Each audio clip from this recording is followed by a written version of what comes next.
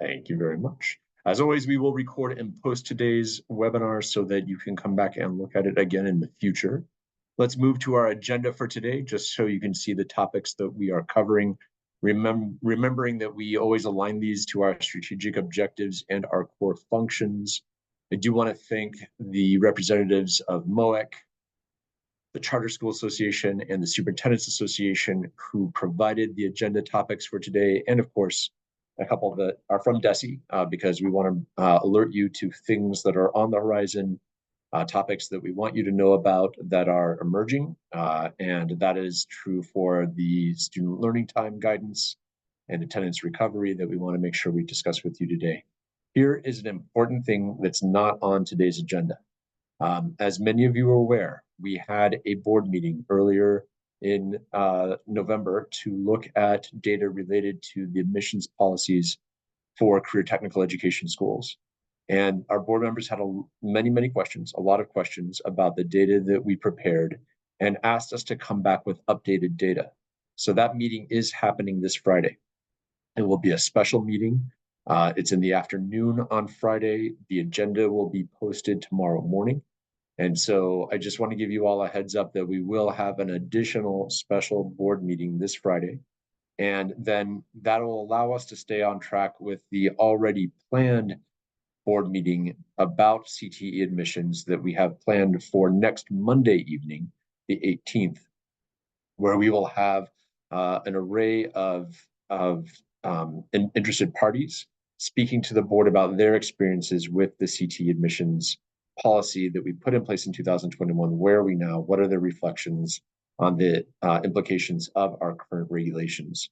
So again, we'll have an additional board meeting this Friday afternoon. The agenda will be posted tomorrow morning. Just look for that. And I didn't want anybody surprised when you see the posting go up. We knew it was coming. We knew the board asked for it. So we're delivering on what was requested. I think it's important. And we look forward to making that happen this Friday. So let's delve in. Starting with our first strategic objective, our whole student supports, and looking at chronic absenteeism and student attendance.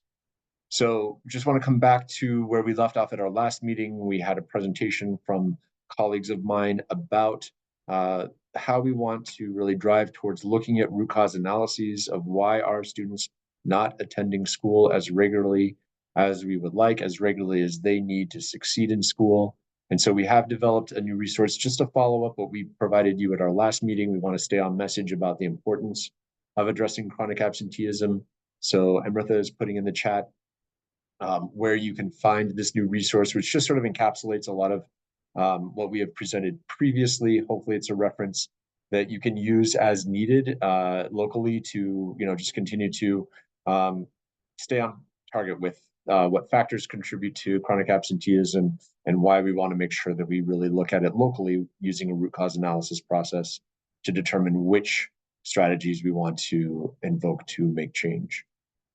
Beyond that, we continue on with our Power of Presence campaign through this fall, and we've been very pleased with the submissions we've received, but we really want to amplify the great work that you are doing to bring out the power of each and individual student's presence in our schools. And so we ask that, just continue to we hope, support further submissions to us so that we can just continue to increase the responses that we have so that we can share out the great work that you've been doing. And so we had sent you an on the desktop on November 5th to remind you about this process. And if you go back and take a look at that, we've included templates and flyers for you to be able to distribute locally if you would find that helpful, so that we can, again, just get more responses about the great work that you are doing, and we can broadcast that far and wide to really inspire others to continue to see how each and every student's presence is powerful in our schools. The submissions for our campaign will close on December 20th, and then we'll do a public service announcement in 2025 to share the winners who are selected. But we are working to amplify the great responses that we are receiving already. And so things like poems, artwork, and videos that we've received, we're just going to continue to amplify those and hopefully select among them some great winners to share out about the great work you're doing in our schools. So thank you again for your work on this. Now let's turn to an issue that relates to attendance, which is our student learning time guidance. And this is important. This is where we're making some changes that I want you to be aware of. Our upcoming guidance is forthcoming. It will be updated on our website. So today I'm just sharing with you what's changing about our student learning time guidance. And so back in 2011, DESE produced student learning time guidance. This was my first year as superintendent. I became superintendent in 2010. And if you recall, we had a we had a winter with a lot of snow. And that was the winter, if those of you who were in the role at the time remember that we were worried about roofs collapsing. And so DESE produced this guidance in relation to a particularly bad winter. And it's held. It's guidance that we put up in 2011, and we haven't changed it since. But as we know, weather conditions, climate conditions have changed since 2011. We live in a continually evolving era as it relates to how weather and emergencies affect our ability to hold school. And so we're updating our guidance at this time to be more mindful of where we are now and to adhere more closely to our regulations.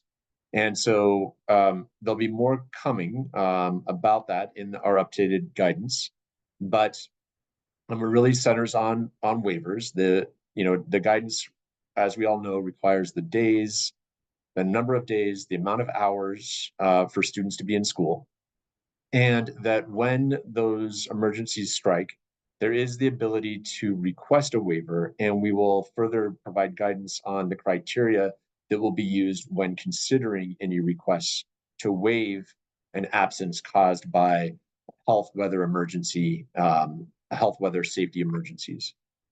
And then we'll also have an accompanying FAQ to address the questions that you see bulleted at the bottom of this slide. But here's the important thing about what's changing on this next slide.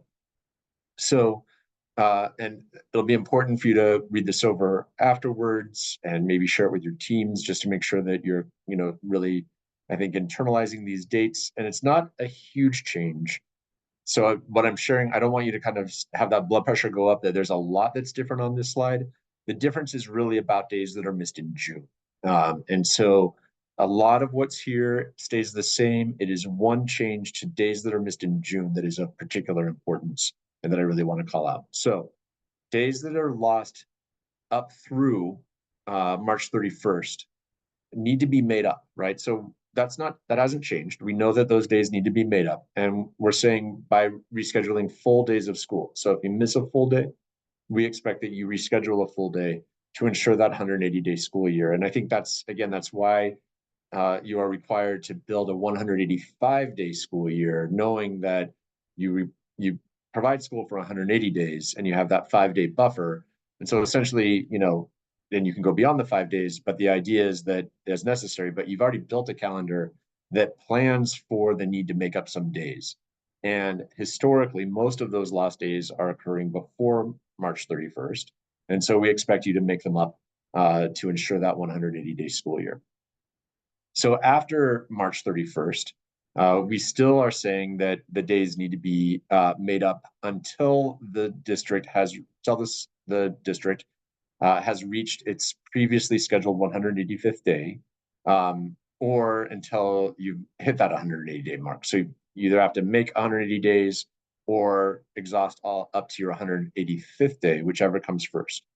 And so if the district has previously closed for 5 days because of health, weather, or safety, and subsequently closes for additional days, then I, as acting commissioner, will consider a waiver in accordance with the SLT regulations. So let's just break that down a little bit. We get to that, you've exhausted your 5 days, you're not on course to making 180 days because you've exhausted all 5 of your planned, we used to call them snow days. So you've used up all of those 5 additional days, and now you're still not hitting 180 days. That's when you could request a waiver, but it would need to be approved. It would need to be pre-approved by the commissioner. And so taking us back to June, where has this changed? Well, the old guidance said that days that were missed after June 1st did not require approval from the commissioner to be made up. That could that could just happen locally, that you would decide to close and not make up days. And I do believe that that creates vulnerabilities both for you and for us. And it's not fully, it's not as adhering as closely to our regulations as we would like. And so scenarios could include, what we're looking at in June is just a lot more heat than what we've had in the past. So let's just say we have a scenario where a district has exhausted all 5 of their days, the snow days that they had planned, and they get to June, and there's going to be a heat wave like there was last year.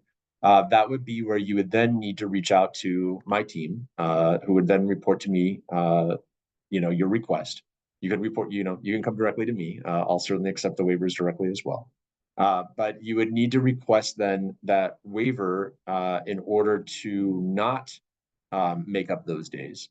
And it might be that we look at the weather conditions and we say this heat wave is it's very early June. This heat wave is going to pass in 1 day, in 2 days. And it might be that I, as acting commissioner, would say, no, I actually do expect you would make up those days. Or perhaps there's some extenuating circumstances. Maybe this is the last day of school and the heat wave isn't going to abate. And then we would say, right, it doesn't make any sense for you to make up these days. You do not need to. But I actually think it puts you in better standing locally, that you have a decision from DESE about this. And again, it hews much closer to the existing regulations. So I'm sure there might be questions about this, and we'll certainly save time for Q&A at the end. But Rob, I just wonder if there's anything that I didn't explain correctly there, if you wanted to just add anything that I may have overlooked. No, I think that made sense, Commissioner. Thanks, Rob. And I know that you'll be looking at those questions, and I'll certainly moderate the Q&A at the end of the presentation today. Let's move on then to questions that we've had about attendance recovery. So unlike the 2011 guidance, there wasn't really one place where DESE had sort of succinctly written that attendance recovery was allowable or how it was allowable. It did come up last year. It was included, for example, at certain points in our how vacation academies, acceleration academies were used in the state at certain points. Students who attended acceleration academies were allowed to have those days count towards full year attendance. But in other cases, it was not as clearly written as what we had in the way of the 2011 guidance. And so I've been asked about this. And so I just want to be very clear in today's presentation that we will not be collecting data this year related to student participation in attendance recovery programs for inclusion in our 24-25 accountability calculations. And, as we looked at the data that we received from last school year, from 23-24, related to attendance recovery, there was a lot of variation in terms of the quality and consistency of the data. And so it did leave some concerns about that. And so we've already tried to be clear, and now I just want to be very, very clear and upfront that we will not be including data about attendance recovery in our accountability determinations. And so the chronic absenteeism calculations will be based only on the 180-day school year for all schools. And we do encourage, as has always been the case, as was the case when I was superintendent, attendance and credit recovery programs are encouraged for use at the local level. It just doesn't mean that whatever you're doing for attendance or credit recovery. So for example, when that student asks for essentially, in my experience, a waiver related to their attendance in order to promote credit recovery, that can certainly still be a local determination. But again, at a statewide level, we're not continuing on with some of the practices we had related to attendance recovery last year. And I just want to be very clear and upfront about that. And again, glad to answer any questions you might have about this. So just moving on to other topics, we have the election results from last week, and particularly question 2 that I want to delve into with you a little bit further here. Still more to come. I am pleased that I continue to have the opportunity to meet with the equity leaders of Massachusetts, the Charter School Leader Association, the Charter School Association, Superintendents Association, School Committee Association, and both unions. We met today. to talk about. In part of what we discussed was the impact of question 2. And so that's really what I want to just delve into as it relates to election results today. And just a reminder that we put out guidance, and well, really in the form of an FAQ immediately after the election. And so, in case if you didn't see it, we're just putting it in the chat. And I know you can't read it from this slide, but this is what it looked like to really describe when does this new law take effect, and other more immediate questions that you might have about this new law. And I know there are many others. I know you might have many other questions that you would want to be able to ask about this. And so what I would appreciate is if there are questions that you came here with today about the impact of question 2, please put them in the chat. We might not be able to answer all of them today, but we know that there are a lot of, there's there are a lot of things that still need to be clarified about this, and what this will look like in the future as it relates to additional guidance and any further action that our board might take. And so knowing what questions you have will really help us inform both that guidance and inform additional actions from our board. And so I just hope that you'll take a minute to add anything into the Q&A. That's where you can post your questions for today, and we'll be glad to take a look at them at the end. Rob, I hope you don't mind coming off mute again, but is there anything that's been coming your way that you would just like to sort of clarify right off the bat based on the questions that we've received? No, other than have been moving forward with the retest. I'd say that's been the number one thing. And then the second thing is, and we're going to be, I believe, issuing something about this, but what the implications are for the class of 2025. And that's really where our immediate focus is right now. And more to come there. But happy to, please keep bringing the questions, because we certainly might not have thought about all the implications here.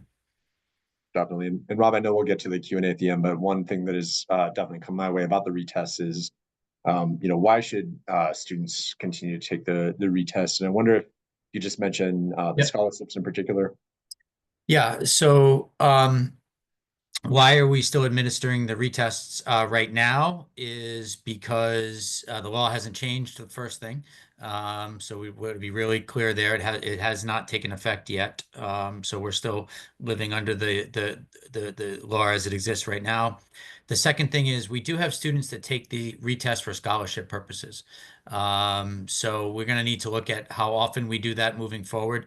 But it is important to us that we do offer that opportunity to students who are taking it for the purposes of potentially earning a scholarship. So that's the big reason why we will continue to do it. We will think about how often we're doing that, but it is important that we offer that opportunity to students. Thanks, Rob. Appreciate that, and glad for any other questions that you might have as we go along, both now, and don't hesitate to reach out to us here at DESE with your questions, so that we continue to provide the guidance that's most helpful to you as we move forward and embrace this new era. So with that, I'm going to move on. But again, we know that there's more to come about this topic, and we look forward to delving into it with you. So a few other updates related to our core functions, remembering that, DESE, we have core functions that we are either mainly required to implement, and we want to make sure these core functions very much align to our education vision. And so I'm drawing out some today, some of these additional topics, and hopefully providing you information that is timely and relevant to your work. So first, related to the 2024 local data,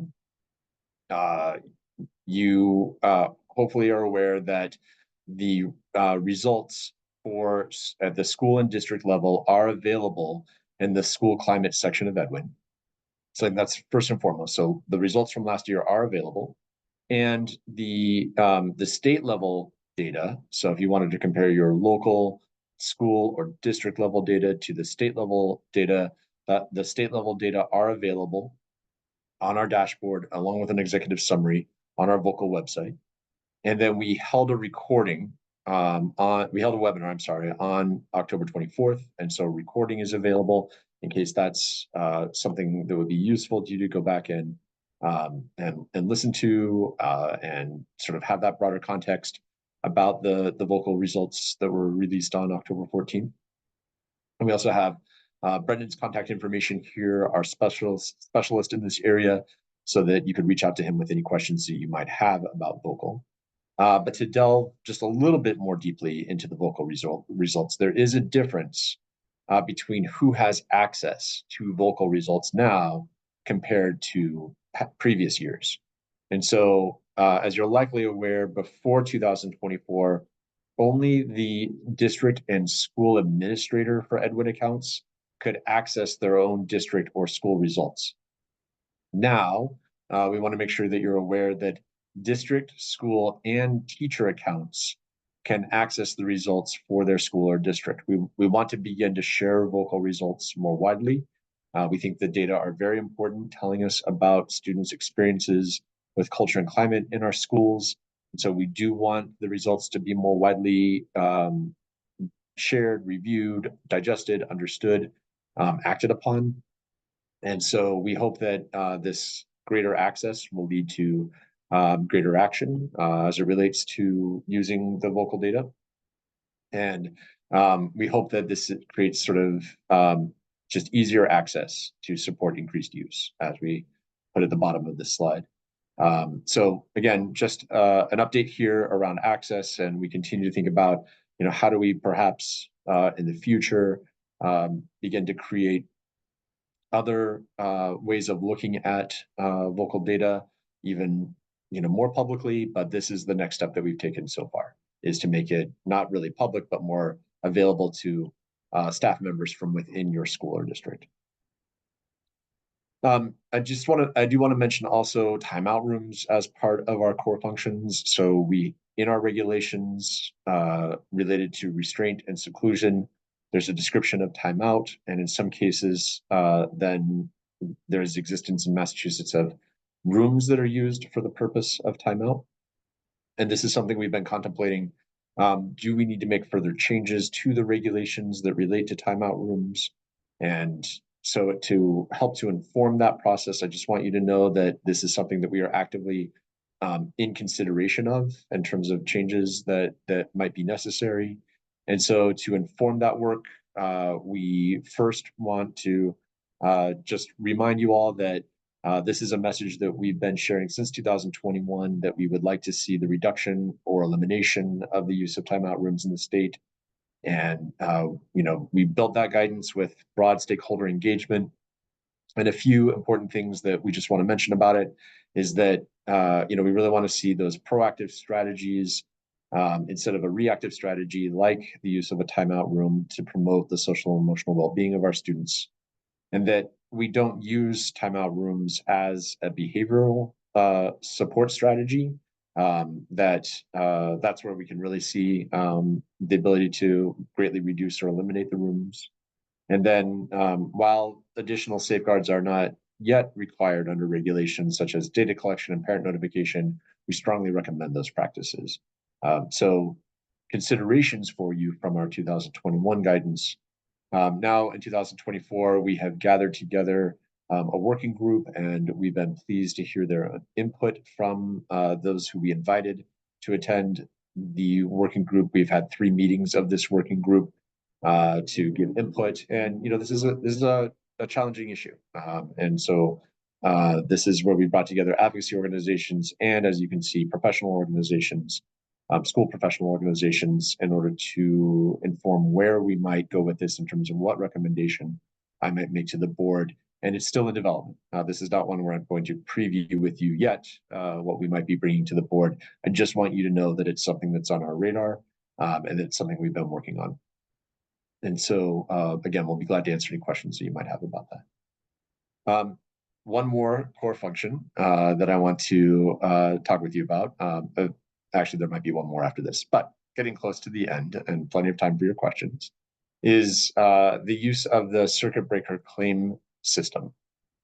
So all of you are aware about the use of circuit breaker to claim expenses for certain students with disabilities in order to receive the circuit breaker reimbursement. We are changing the system by which you are able to make those claims. Previously, your districts have submitted them to DESE using an Excel file that you've uploaded to us through the security portal. We are changing that so that the special education circuit claim process will be made through our online CHAMP system. And CHAMP is our new portal that we're building out for lots of the functions that we conduct in terms of our monitoring in particular, our special education monitoring, our monitoring for multilingual learner services, and for circuit breaker claiming. Like I said, it will replace that Excel-based claim file. And the transition is coming soon, that you'll receive fairly soon a list of the updated services. And let me be clear about this. We're not changing what is allowed to be claimed. We are modifying the names, or sort of updating, modernizing the whole system so that what services you claim more closely reflects the services you provide. So that updated list of services will be, I think, a clarification and I think a better naming convention to kind of match your naming conventions of what you call services. And so you'll see that, what are we going to use as the names of the services you claim in the next few weeks? And then we'll begin training later in the winter about this new use of the CHAMP portal to be able to submit your claims. And Bill, I just wonder if there's anything I missed about that, anything that you would want to clarify. Thanks, Commissioner. No, I think that's all fine. The only thing I would say is we do a lot of the communication on circuit breaker through our listserv. I can drop that into the chat, but it's basically circuitbreaker@mass.gov. Just make sure if you aren't, or a member of your team's not on that listserv, you get on that listserv, because that's how we do our primary communication. But there's going to be a lot of training, we're not going to leave folks hanging on how to use the new system. But I would just say get on the listserv is the best thing. Staying in tune with things happening. Thanks, Commissioner. Absolutely. Thanks, Bill. Appreciate that. And then actually the final thing is about licensure. And so we do have some licensure updates on the horizon, some recommendations that I anticipate making to the board. And so I just want to have these on your radar as we go deeper into the school year. This is our third year of our MTEL alternative assessment pilot. And we've been fortunate to conduct research along the way about the various MTEL alternatives that we've had available for the past 3 years. So we'll be bringing that research to bear to make a recommendation to the board about which of the alternative assessments we should keep. And by keeping, we would also then expand. So some of the alternative assessments are only available in certain areas of licensure right now. And so what we would intend to have happen is for a recommendation to come from me to the board about the ones that have been most successful, again, where our research tells us have been very effective for, the work that we want to do to assess educators' preparation to come into the teaching field. Then we would make them available for all or most all of the other licensure areas. And we do see some additional updates coming to our regulations, such as the health, family, and consumer science license based upon the new frameworks.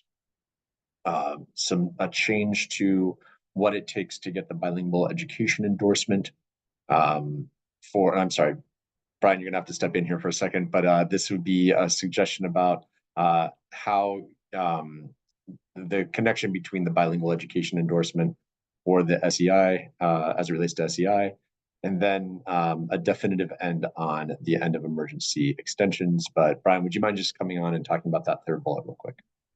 Sure, yeah, no problem, Commissioner. So we have heard from our Office of Language Acquisition that for those that have obtained a bilingual education endorsement, that should be a way in which would qualify someone to get the sheltered English immersion endorsement.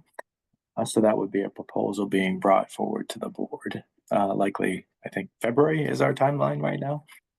So if somebody happens to have the bilingual education endorsement, we call it B for short, and they do not yet have the SEI endorsement, that would be a route for them to earn the SEI endorsement. Excellent. So I appreciate that clarification and look forward to seeing what we're able to bring to the board this winter. So this is just a preview of what we anticipate coming, and in response to questions that we've had about what's changing with licensure, what is DESE doing to address licensure issues. And so we just want to have these potential reg changes on your radar. So as always, these webinars are recorded and posted on the commissioner's webpage. And so for anyone who missed this today, and we have capacity for lots more people to be able to join these meetings, so don't hesitate to invite other members of your team. But if they can't make it, if you can't make it, just always know that these will always be recorded and posted here. So one final thing is that we will follow up from today's presentation with an on the desktop that will include today's slides. And then if there are any other business items not included today, for example, I know that we will provide you with, we've made some small, very minor updates to the superintendent's checklist.